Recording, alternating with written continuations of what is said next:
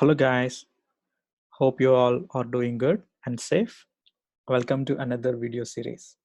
In this series, I want to share the knowledge about Kubernetes. In this video, I'm going to talk about K3s. K3s is a product from Rancher Labs, and it is lightweight Kubernetes cluster. And K3s is certified Kubernetes distribution built for IoT and edge computing devices. If you look at the architecture of K3s, and we'll try to compare with the K8s Kubernetes cluster. And as you can see, there is K3s server and K3s agent is also there. And inside the server, we have a couple of components, and as well as inside the agent also, we have a couple of components. So first we'll go through the server components, and then we'll go through the agent components. As you can see, API server, scheduler, and controller manager are the components of Kubernetes cluster. And so instead of etcd, K3s is bringing SQLite database to store the cluster information. And apart from that, another component inside the server is tunnel proxy. And the same tunnel proxy component you can also see inside the agent as well. So this tunnel proxy is the communication channel between K3s server and K3s agent. And when it comes to the agent, apart from the tunnel proxy, so we have kube proxy and flannel as well. K3s by default, it is coming with the flannel network, and we can customize this option to have Calico Cilium networking as well. And we have kubelet component also is available inside the agent node. And instead of Docker, K3s is having containerd. So this containerd is responsible to create the pods inside the agent nodes. And we can customize this option to have Docker in place of containerd as well. And K3s is designed to be a single binary of less than 100 MB that completely implements the Kubernetes cluster. In order to achieve this, Rancher people removed a lot of extra drivers that did not need to be part of the core cluster.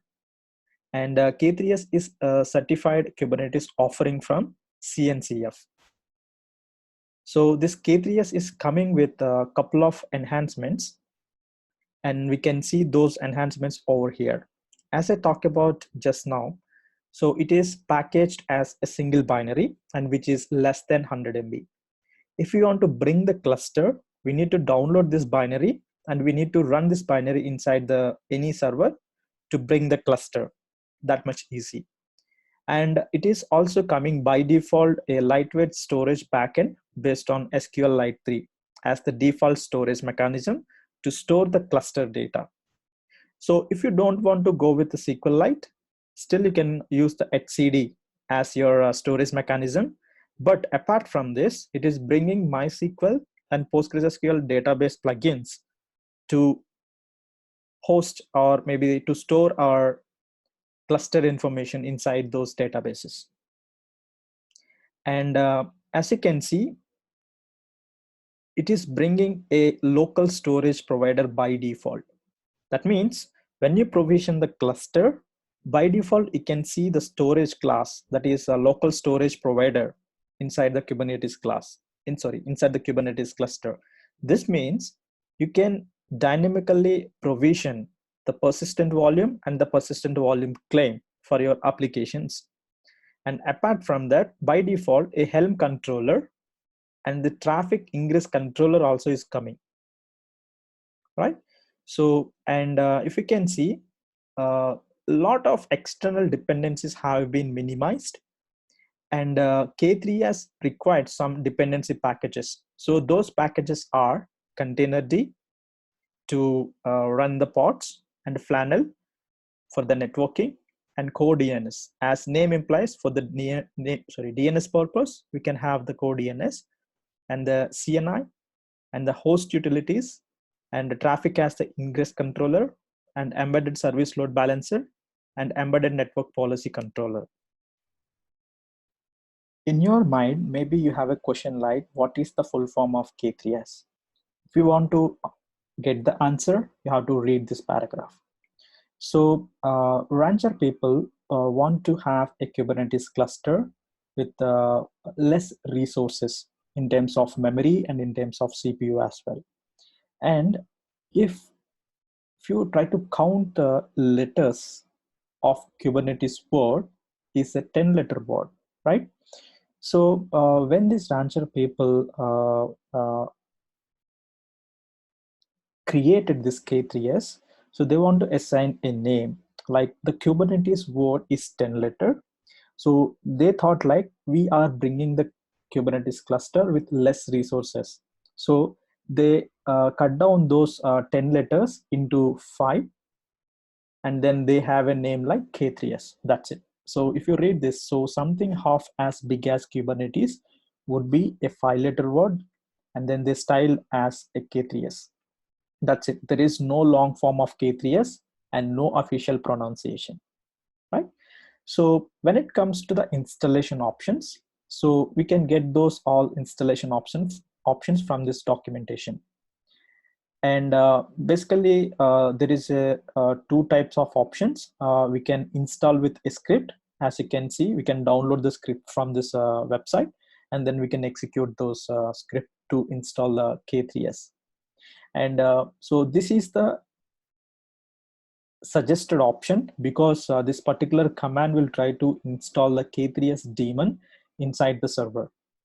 And so if you want to customize the cluster with custom configurations, so these are all the available environment variables that you can use to customize your cluster.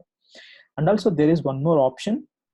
We can install the K3s from the binary as well. That means you can download the binary, and then you can run these commands to have the cluster.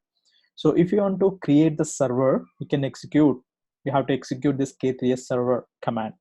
And then if you want to add agents to the existing master node, you have to execute this K3s agent. And you can see the options. So when you are bootstrapping the server node, you can follow this configuration options.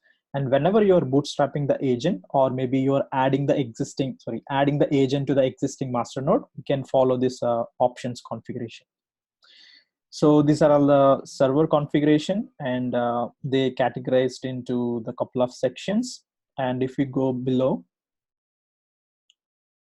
so here you can see the available options, right? So just go through these options, and so based on your requirement, please try to use these options to bring the cluster. So these options for only for the server. At the same time, you can see the option for the client as well, or maybe the agent as well. So if you go at the end, so these are all the options that are available to configure the agent. That's it for this video, guys. I will see you in the next video with the cluster creation. Until then, stay safe, stay healthy. Bye-bye.